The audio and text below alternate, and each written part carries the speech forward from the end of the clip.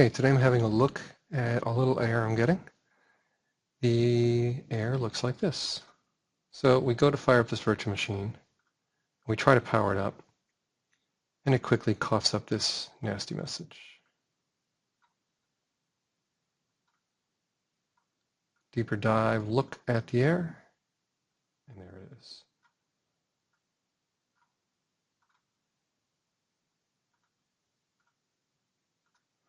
Okay, well, what do? Googling around for this, not much information. But I'll just show some general stuff I do with a VM that I honestly don't find all that important. If I get it working great, if I have to nuke it and start again, also not a big deal.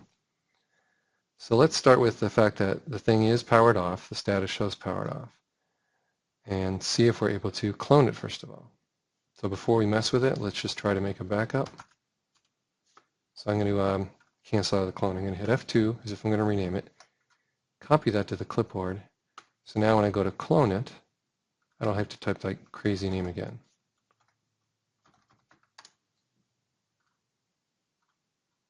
So I paste it in, uses the name, same format. I want it to go pretty fast.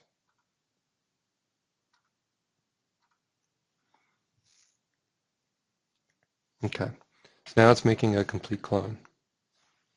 Now if that clone works, great. I've worked around the problem and I delete the source that had the issue. But I doubt it will. I probably have a bunch of files to delete. So what we can do here is have a look at the summary tab, the drive it's on. If we look at the properties of this virtual machine, it's grayed out right now because it's in the middle of cloning, where you could see that where the hard drive lives. We can also just use Data Store Browser. And this one's very apparent. It's in a folder that has the same name. So it's quite a mess of files here. So if we sort by size, it kind of jumps out at us. So something happened. And in my experience, as dangerous as it is, getting rid of the tiniest files tends to get you right back on track.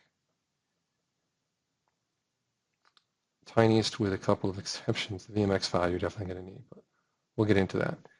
So the clone operation's underway. It's going to take a little while naturally, especially when it's 46 gig of data to copy.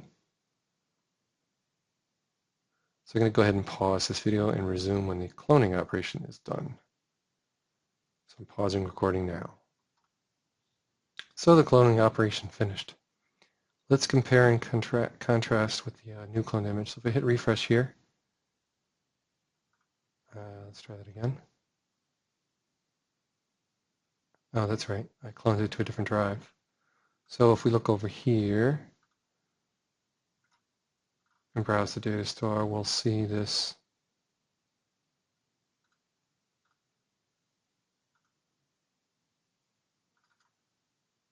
right here. And it's a whole lot simpler without the little files. Snapshots, logs, cloning, all kinds of stuff. You can end up in situations where you get these files. So let's just go with the simple approach first and see if this cloned version works.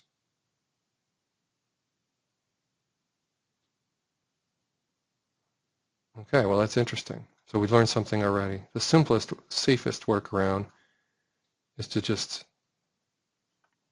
clone it, okay?